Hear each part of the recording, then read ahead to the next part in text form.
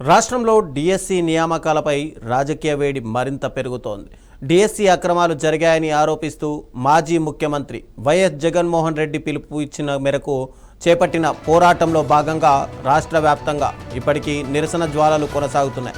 ఇక విజయవాడ వైసీపీ నిరసన కార్యక్రమం ఇప్పుడు తీవ్ర ఉద్రిక్తంగా మారింది. టీడీపీ వైసీపీ మధ్య తీవ్ర ఘర్షణ కూడా నెలకొంది. ముత్యాలంపాడు డిఎస్సి అవకతవకలపై వైసీపీ రిలే దీక్షకి దిగగా దీక్షకు వ్యతిరేకంగా టీడీపీ ఏమో నిరసనకు దిగింది. ఇక టీడీపీ కార్యకర్తలు దీక్షా శిబిరం టెంట్లు పూర్తిగా పీకేయడంతో ఇరు వర్గాల మధ్య కూడా ఒక బాహాబాహి వాతావరణం నెలకొంది. ఇక ఈ గొడవ తెలుసుకున్నటువంటి బోండా ఉమామహేశ్వరరావు శిబిరం వద్దకు వచ్చి నిరసనల దీక్షతో ప్రజల్ని తప్పుదోవ పట్టిస్తున్నారని చెప్పి ఆయన కూడా ఆరోపించినట్టు తెలుస్తుంది. ఇక శాంతియుత దీక్షలను అడ్డుకోవడమే కాకుండా తమపై దాడికి పాల్పడ్డారని వైసీపీ కూడా కౌంటర్ ఇస్తోంది. ఇక ఈ నేపథ్యంలో రంగంలోకి దిగిన పోలీసులు ఇరు వర్గాలను కూడా శాంతింపజేశారు.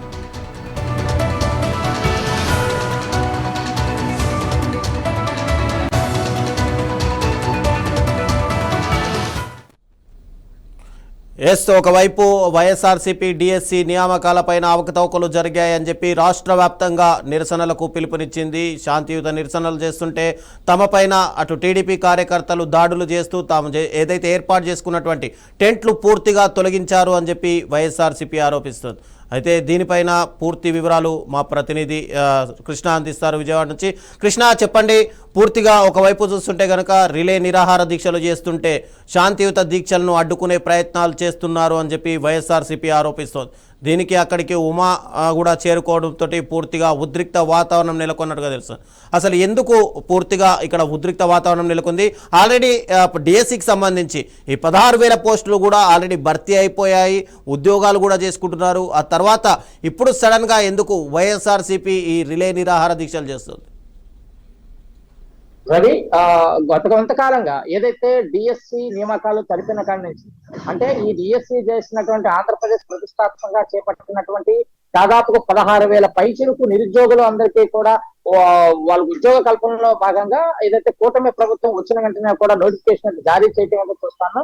ఈ యొక్క జారీలో మొత్తం కూడా ఈ యొక్క డిఎస్సి మొత్తం కూడా అక్రమాలు జరిగాయి అంటూ కూడా వైఎస్ఆర్సీపీ అయితే మొదటి నుంచి కూడా వాదిస్తుంది. కేవలం దీంట్లో స్పోర్ట్స్ కోటాకు సంబంధించి కొన్ని వేకెన్సీలు మాత్రమే ఇవి తప్పుదో పట్టాయి, అక్రమాలు జరిగాయి. ఎక్కడా కూడా స్పోర్ట్స్ కోటాలో ప్రైజులు పొందిన వ్యక్తులు కాకుండా కేవలం సర్టిఫికెట్ల ఆధారంగా మాత్రమే ఈ యొక్క నియామకాలు జరిగాయి అంటూ కూడా ఇదంతా కూడా తప్పులు తరగా ఉంది. ఇదంతా కూడా కేవలం తెలుగుదేశం పార్టీ కార్యకర్తల కోసమే ఈ యొక్క డిఎస్సిలో స్పోర్ట్స్ కోటాని క్రియేట్ చేశారంటూ కూడా మొదటి నుంచి వైఎస్ఆర్సీపీ అయితే వాదిస్తూ వస్తుంది. ఆ నేపథ్యంలోనే దీనిపైన సిబిఐ దర్యాప్తు జరగాలి, ఆ దిశగా మాత్రమే జరిగితేనే అసలు నిజాలు నిగ్గు తెలుస్తాయి అంటూ కూడా మొదటి నుంచి కూడా వైఎస్ఆర్సీపీ అధినేత జగన్మోహన్ రెడ్డి ఇచ్చినటువంటి పిలుపు మేరకు రాష్ట్ర వ్యాప్తంగా కూడా ఈ యొక్క ఉద్యమ ధర్నాలు అయితే చేసిన పరిస్థితి కనిపిస్తుంది. ధర్నాలు నిరసనలు మొత్తం ఓవరాల్ గా తీసుకున్నట్లయితే సిబిఐ ఎంక్వైరీ కావాలని కోరుతూ కూడా చేస్తున్నారు. ఈ నేపథ్యంలోనే రాష్ట్ర వ్యాప్తంగా జరిగిన నిరసనలో భాగంగా ఈ రోజు విజయవాడ ముత్యాలంపాడులో మాజీ శాసనసభ్యులు మల్లాది విష్ణు ఆధ్వర్యంలో అయితే అక్కడ టెంట్ వేసి నిరసన కార్యక్రమంలో కూర్చోని తెలుస్తుంది.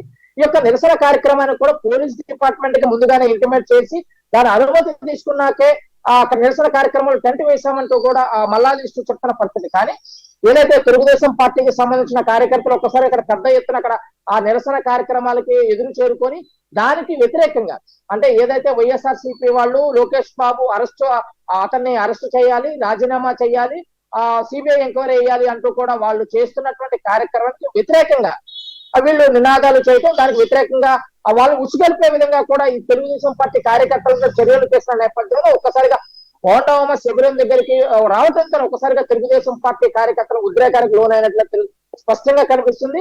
ఒక్కసారిగా కోడిగుడ్లు, టమాటాలు వీటితో కూడా శిబిరంలో కూర్చున్నటువంటి వైఎస్ఆర్సీపీ శ్రేణుల పైన కూడా విసరటం అయితే చూస్తాను. ఒక్కసారిగా ఉమాది కారు దిగిన వెంటనే ఆ యొక్క శిబిర టెంటల్లో కూడా పీకేసిన పరిస్థితి కనిపిస్తుంది. కనిపించే కాదు, కర్రలతో కూడా వారిపైన దాడి చేసే ప్రయత్నం చేశారు. చాలా అంటే ఉన్న ప్రత్యక్షంగా చూసుకున్నట్లయితే తెలుగుదేశం పార్టీ కార్యకర్తలే వైఎస్ఆర్సీపీ మీద దాడి చేశారంటానికి కానీ, కోడిగుడ్లు విసిరారంటానికి కానీ ప్రత్యక్షంగా చూసిన సాక్షులు కూడా చెప్తున్న పరిస్థితి కనిపిస్తుంది. మన ఈ మీడియా కెమెరాలకు కూడా దొరికిన పరిస్థితి కనిపిస్తుంది. వారి ఉద్రేక అంటే వారిని రెచ్చగొట్టే ప్రసంగాలు చేయటం. ఇదే విధంగా తెలుగుదేశం పార్టీ కార్యకర్తలను మొదటి నుంచి ఒకటే చెప్తున్నారు, లోకేష్ బాబు పైన అనుచిత వ్యాఖ్యలు చేశారు, అనుచిత వ్యాఖ్యలు చేస్తే మేము సహించబోము, ఇదంతా కూడా పారదర్శకంగా 16,000 మంది నిరుద్యోగులు ఉద్యోగులు చేసుకుంటున్నారు పారదర్శకంగా. అటువంటి యొక్క కార్యక్రమానికి శ్రీకారం మేము చెబితే అసత్య ప్రచారాలు వైఎస్ఆర్సీపీ చేస్తుంది అంటూ కూడా ఓడామ కూడా వ్యాఖ్యానించడం చూస్తాను. ఇప్పుడు కేవలం ఇక్కడ మాత్రమే మిమ్మల్ని తరిమి కొట్టాం, మరి ఒకసారి కానీ మీరు కానీ అవాకులు చవాకులు పెడితే మీ ఇళ్లకు వచ్చి కొడతామంటూ కూడా వార్నింగ్లు ఇచ్చిన పరిస్థితి విజయవాడలో అయితే కనిపిస్తుంది. ఒక్కసారిగా ఈ ఉద్రిక్తల పరిస్థితుల నేపథ్యంలో విజయవాడ పోలీసులు అయితే చేరుకున్న పరిస్థితి కనిపిస్తుంది. విజయవాడ పోలీసులు అయితే ఇరు వర్గాలు వైఎస్ఆర్సీపీ తెలుగుదేశం పార్టీ కార్యకర్తలందరినీ తరిమే విధంగా కూడా వీళ్ళు చర్యలు అయితే తీసుకున్నారు. ఆ తర్వాత అక్కడి నుంచి వైఎస్ఆర్సీపీ శ్రేణులంతా తరలించిన పరిస్థితి కనిపిస్తుంది. తరలించిన నేపథ్యంలో మల్లాది విష్ణుని అరెస్ట్ కూడా చేయడం అయితే, మల్లాది విష్ణు అరెస్ట్ చేసి పోలీస్ వ్యాన్ లో కూడా ఎక్కించడం అయితే చూస్తాను. ఈ నేపథ్యంలో మల్లాది విష్ణుతో పాటు కార్యకర్తలంతా రోడ్డు మీద బైఠాయించి నిరసన కార్యక్రమాలతో చేపట్టారు. ఏదైతే రౌడీలు గూండాలతో, తెలుగుదేశం పార్టీ రౌడీలు గూండాలతో వైఎస్ఆర్సీపీ శిబిరాన్ని చేరుకొని మమ్మల్ని దారుణంగా కొట్టి కోడిగుడ్లు విసిరితే పట్టించుకోరా, ఇంత దుర్మార్గంగా ప్రభుత్వం ఉంటుందా అంటూ కూడా వాళ్ళ నిరసన కార్యక్రమం వ్యక్తం చేసిన పరిస్థితి విజయవాడలో అయితే కనిపిస్తుంది ప్రధానంగా. ఎస్, అంటే ఒకవైపు ప్రజాస్వామ్యంలో నిరసనలు తెలపడం, దీక్షలు చేయడం ఇదంతా కామన్. అయితే దీనిపైన కూటమి ప్రభుత్వం సంబంధించినటువంటి కార్యకర్తలు ఏకంగా దాడి చేసే వరకు పరిస్థితి వచ్చిందంటే దీనిపైన ప్రభుత్వ అధికారులు ఏమైనా స్పందించారా? అసలు పోలీసులు ఏమంటున్నారు? కేవలం ప్రతిపక్షానికి సంబంధించినటువంటి నాయకుల్ని ఎందుకు అరెస్ట్ చేశారు? కేవలం ఇక్కడ ఒకటైతే మొదటి నుంచి కూడా మనం చూస్తూనే ఉన్నాం, తెలుగుదేశం పార్టీ అధికారంలోకి వచ్చినప్పటి నుంచి కూడా వైఎస్ఆర్సీపీ అయితే వారి కార్యకర్తల మీద కానీ వైఎస్ఆర్సీపీ నాయకుల మీద కానీ కూటమి నాయకులంతా కూడా విరుచుకుపడుతున్న పరిస్థితి. పోలీసులు కేసులు కట్టట్లేదు అంటూ కూడా వైఎస్ఆర్సీపీ ఆరోపిస్తున్నాం. కానీ ఈ నేపథ్యంలోనే పోలీసులు రావటం, అక్కడికి అధికార పార్టీ యొక్క ఒత్తిళ్లు కూడా ప్రధానంగా పోలీసుల పైన ఉండటం కూడా మనం చెప్పుకోవచ్చు ఈ సందర్భంగా. ఆ నేపథ్యంలో వైఎస్ఆర్సీపీ కార్యకర్తల పైన కేసులు, వైఎస్ఆర్సీపీ సంబంధించిన మాజీ శాసన మల్లాది విష్ణును కూడా అరెస్ట్ చేయటం అయితే మనం చూస్తున్నాం.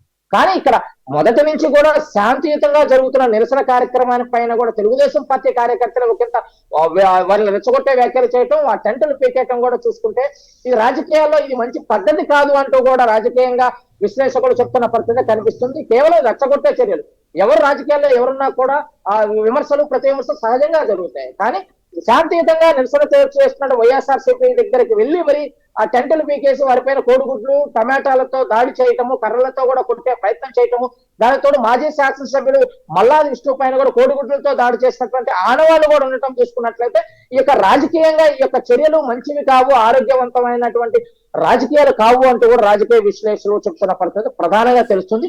కానీ కేసుల విషయంలో తీసుకుంటే ఎక్కడా కూడా అధికార పార్టీకి సంబంధించినటువంటి కార్యకర్తల మీద కానీ నాయకుల మీద కేసులు కట్టుతున్న దాఖలాలు రాష్ట్రంలో ఎక్కడా కనపట్లేదని అయితే ప్రధానంగా అయితే మనం చెప్పుకోవచ్చు.